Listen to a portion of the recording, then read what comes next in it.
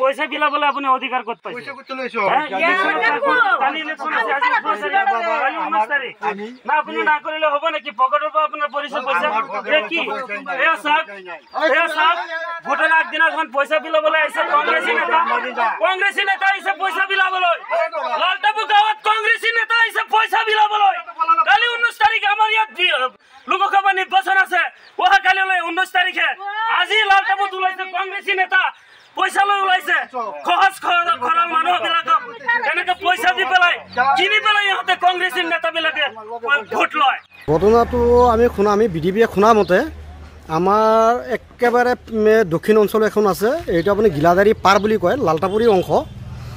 তাত আপোনাৰ এই লালটাপুৰে মানুহজন আব্দুল ৰহমান তেখেতে মানে পইচা বিলাবলৈ যোৱাত কিছুমান ল'ৰাই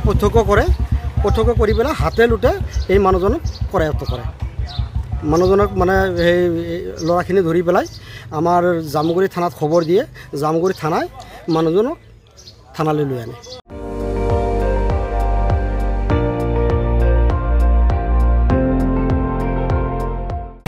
আপুনি চাই আছে ND24